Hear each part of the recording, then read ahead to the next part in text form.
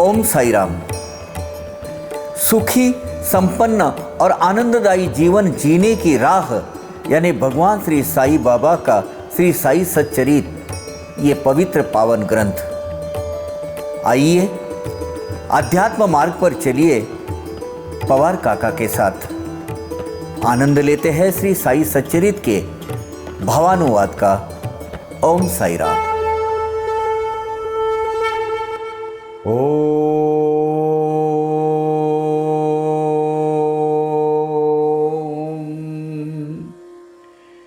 श्री साईनाथाय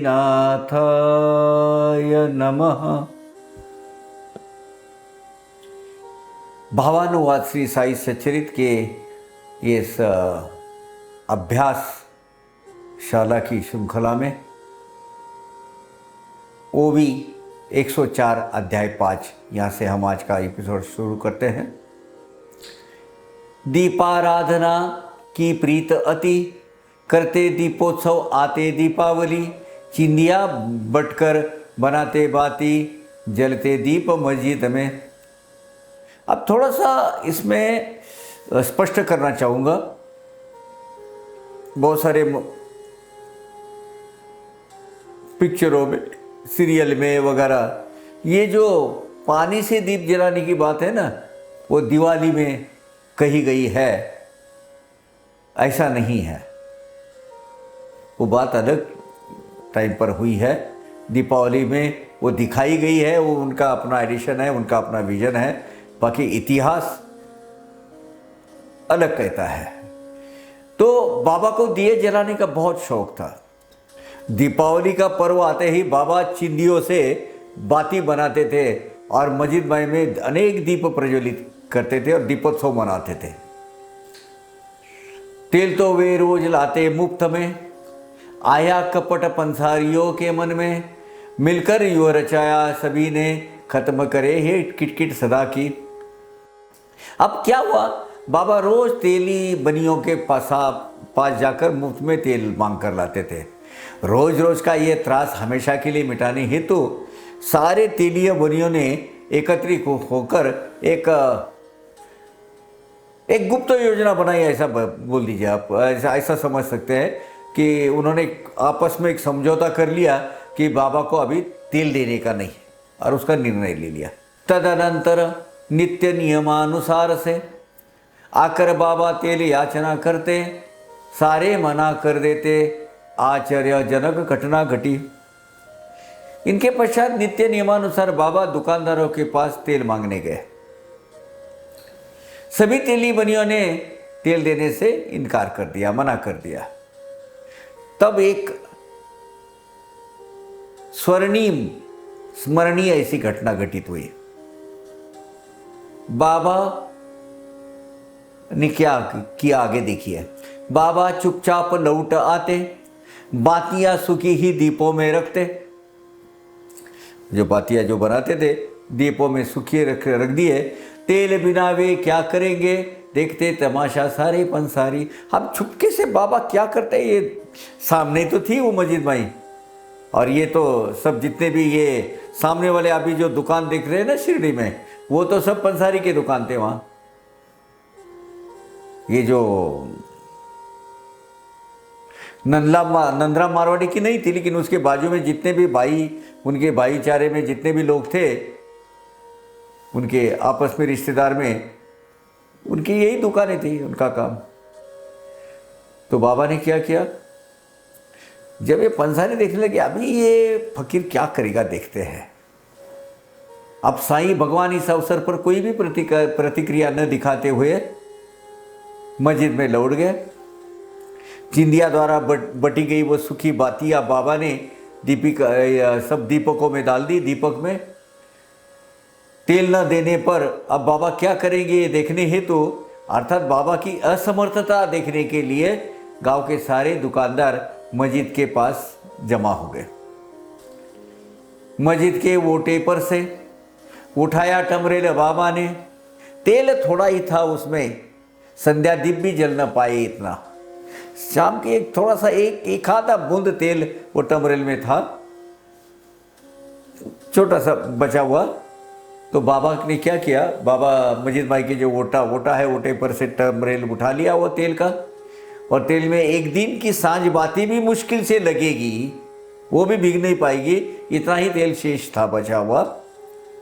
उस तेल में थोड़ा पानी डाल दिया, स्वयं उसे पी लिया। इस प्रकार उसे ब्रह्मार्पण किया, केवल पानी भरा टमरेल में।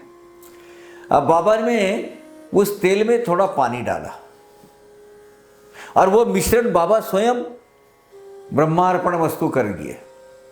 इस प्रकार वो जो तेल युक्त जल था उसका वो बाबा ने पी लिया खुद, यानी ब्रह्मार्पण कर दिया। और फिर उसी टमरेल में केवल पानी लिया, पानी भर के ले लिया हाथ में, और फिर उसी पानी से दीप भराए, उसी में सुखी बातियां भिगोए, दिया सलाई जलाकर प्रकटाए, दिखलाए दीप प्रदीप्त कर। फिर उसी टमरेल से जो पानी जो लिया था, दियों में केवल पानी भर भर कर बातियां पानी में भिगोई, और उस पानी से भीगी हुई बातियों को दिया सिलाई से जला दिया और सभी दीपक जलने लगे। सच्चिदानंद सद्गुरु साईनाथ महाराज की जय। देख कर उस पानी को जलते सारे मुंसारी मुंह में उंगलियां डालते, बाबा से हम असत्य बोलते, कहते बहुत बुरा किया। अब इन लोगों ने तेल नहीं करके बोल दिया था ना, झूठ बोला था। अब केवल पानी से ही जलते हुए उन दीपों को देखकर सारे दुकानदारों में एक आश्चर्य तो हो गया, लेकिन आश्चर्य मिश्रित थोड़ा सा डर भी पैदा हुआ, क्योंकि बाबा से उन्होंने तेल के विषय में असत्य कहा था, झूठ बोला था कि हमारे पास नहीं है। इसलिए वो सब थोड़े से लज्जित भी हुए, शर्मा भी गए, स्वयं के बारे में उनको शर्म आने लगी, खुद को दोष भी देने लगे, और अंदर से थोड़े से डर भी गए क्योंकि बाप रे, इनकी ये आध्यात्मिक शक्ति है, अब हमारे पर कृपा होगी बाबा की।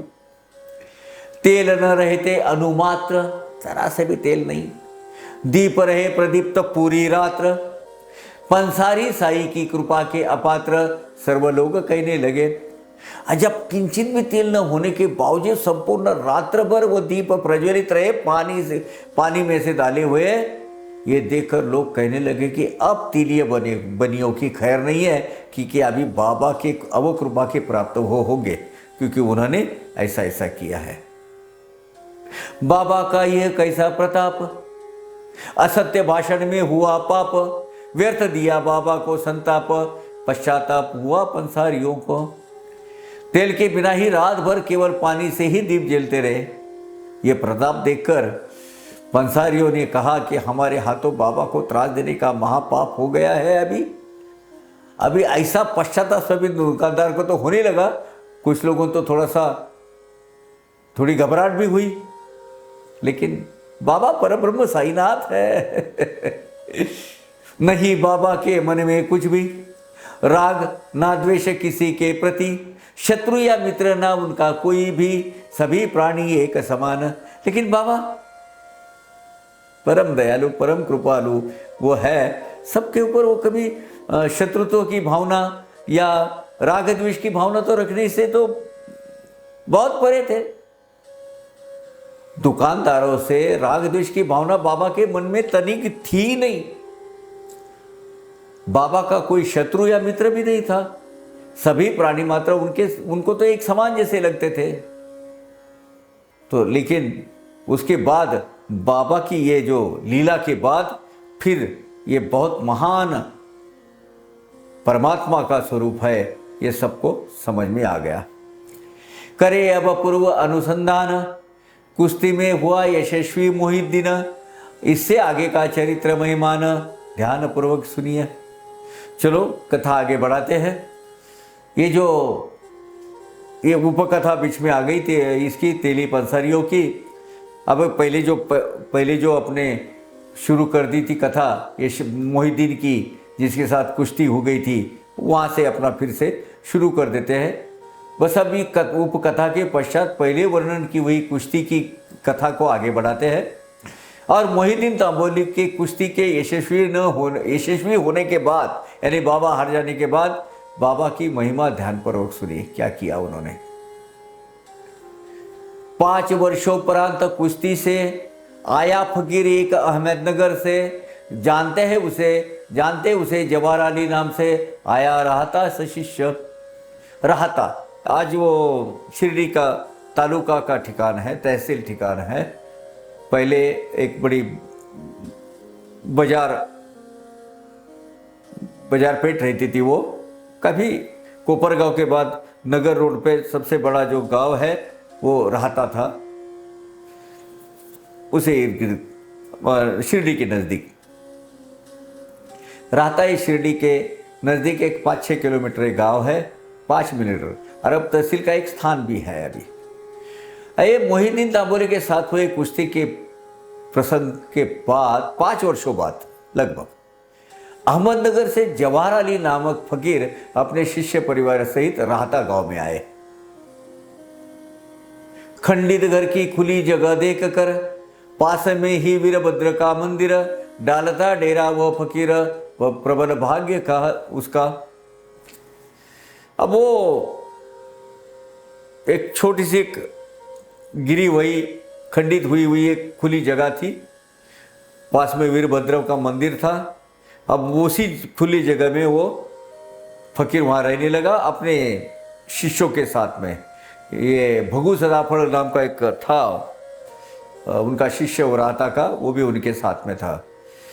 अब वीरभद्र ये जो उल्लेख आया है, यानी ये एक रुद्र स्वरूप है। भगवान शंकर द्वारा अपनी दैवी शक्ति के सामर्थ्य से अपनी जटा में से दैत्यों का जो नाश करने के लिए निर्माण किया हुआ एक जो देव था, वो देव ही वीरभद्र थे। इन्हें भगवान शंकर का ही एक रूप माना जाता है। बोली भाषा में से वीरोबा, वीरूबा, ऐसे वीरभद्र देवता के अलग अलग नाम हैं। रहता में वीरभद्र के मंदिर के नज़दीक एक गिरे हुए घर की खुली जगह थी। वहाँ वो देखकर फकीर ने वहाँ अपना बसेरा वहीं जमा लिया। वहीं वो राउटी क्या बोलते तब्बू गाड़ दिया और वहाँ बैठ गया, वहाँ चालू किया, वहाँ रहना चालू किया। यह फकीर वास्तव में ही सही में भाग्यवान था। अब सही बोलो, ये जो है इसके जैसे ये एपिसोड खत्म है उसके बारे में मैं थोड़ा सा विश्लेषण करना चाहूँगा। ये कौन थे ये जवाहर अली? इनका नाम अकबर अली भी था, हाँ, लेकिन नगर में कोटला मैदान है, उसके अंदर इनकी मज़ार है। इनका हज़रत सैयद फाजल शाह, बापू शाह फाजल शाह जिंदेवली, ऐसा उनका नाम है। यदि भाग्यवान का वह न होता तो उसे कहाँ से मिलता, मौजे शिष्य साई जैसा बाजे जिसका डंका सर्वत्र। अब कीर्ति बोलबाला ये हुआ है। ये जो अगर ये इसलिए कह रहे हैं कि अगर ये नसीब का नहीं होता, ये बलवान नहीं होता, तो उसे साई महंत जैसा एक असामान्य कीर्तिवान शिष्य कैसे प्राप्त होता, इसकी आगे कथा आ रही है। एक लोग गाँवों में थे अनेक, उनमें भी थे मराठे कुछ एक, उनमें से भगू सदाफल एक बना सेवक उसका। अब इसी गांव में, रहता गांव में बहुत मराठा कम्युनिटी के लोग थे। वो हिंदू क्षेत्र धर्म में क्षत्रिय जो वर्ण है, क्षेत्रीय वर्ण को एक महाराष्ट्र का बहुत बड़ा एक समुदाय जिसको मराठा कहा जाता है, मराठा डायनेस्टी, बहुत वॉरियर ग्रुप रहते हैं। और एकमात्र ऐसी कौम है जिन्हें मुगल सल्तनत जीत नहीं पाई, एकमात्र उस वक्त। रहता गांव के बहुसंख्य लोगों में भगू सदाफल नाम का एक गृहस्थ इस जवाहर अली यानी अकबर अली की सेवा में लगा और उनका शिष्य बन गया। फकीर था वो था बहुपाठक, पुराण शरीफ करतल आमलक, स्वार्थी परमार्थी तथा भाविक आए शरण उसके चरणों में। अब वो पाठक यानी बहुत अभ्यासी वृत्ति था, विद्वान था, काफ़ी सुशिक्षित था। तो ये फकीर वाचन पठन करने वाला शिक्षित व्यक्ति था। कुरान शरीफ तथा अन्य ग्रंथों का इनका बहुत विस्तृत ऐसा ज्ञान था। मानो उसके हथेली पर जैसा आंवला खेलता हो, ऐसे कुरान शरीफ के आयत की आयत सूर्य कल में वो के दाखले देता था। उसकी विद्वत्ता देखकर भाविक जन उसके चरणों में शरण आते गए। ईदगाह बांधना आरंभ किया, ऐसे ही कुछ लाल काल बीत गया। वीरभद्र देव को अपवित्र किया ऐसा आरोप ऐसा लगा उस पर। अभी आज भी देखेंगे तो वीरभद्र के मंदिर के थोड़ा सा छोड़कर वो जो ओपन एरिया ईदगाह वो बांधने का इन्होंने शुरू कर दिया इन्होंने। अब ईदगाह क्या है? इस्लाम धर्मपंथियों का प्रार्थना स्थल है, मस्जिद नहीं है। मस्जिद क्लोज होती है, ईदगाह ओपन होता है। ईद के दिन प्रार्थना हेतु मुस्लिमों का ये स्थान होता है, ओपन एरिया में वो पढ़ते हैं। जवाहर अली ने गांव के वीरभद्र के मंदिर से एक सटकर ऐसा एक ईदगाह बनवाना आरंभ किया। इस कारण कुछ काल पश्चात उसके ऊपर ये आरोप लगाया गया कि भाई तूने हमारे वीरभद्र भगवान के नज़दीकी ये शुरू कर दिया है काम, तो हमारा ये स्थान जो अपवित्र होने लगा है, ऐसा उसके ऊपर आरोप लगाया गया। निर्माण ईदगाह का रुक गया। फकीर को गांव से बाहर निकाल दिया। वहाँ से वह शिरडी आया, रहा मस्जिद में बाबा के पास। तत्पश्चात उस प्रार्थना स्थल का काम रुक गया। गांव के लोगों ने जवाहर अली को गांव से निकालकर भगा दिया। उसके बाद वहाँ से वो निकला और शिरडी आया, बाबा के पास आ गया और मस्जिद माई में रहने लगा। अति मृदु भाषी वो फकीर, समस्त ग्रामस्थ समस्त शरण आकर कुछ कर दिया टोटका बाबा पर, डाली मोहिनी करते लोग। अब ये बहुत मृदुभाषी अभ्यासु व विद्वान आदमी ये फकीर थे। ये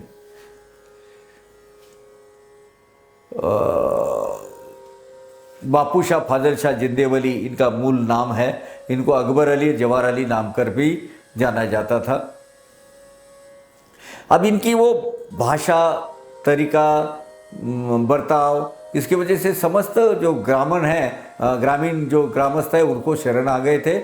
और इसी ने कुछ बाबा पर कुछ मोहिनी डाली है, कुछ टोटका किया है, यानी कुछ जादू टोना किया है, ऐसा बाबा इनके गांव वालों को लगने लगा। क्यों मधुर स्वभाव का था, विनम्र वृत्ति वाला था। और शिरडी गांव के बहुत सारे लोग भी उसको मानने लगे, प्रशंसा करने लगे उसकी। साथ में वो उसके भजन में लग गए और उसकी सेवा करने लगे।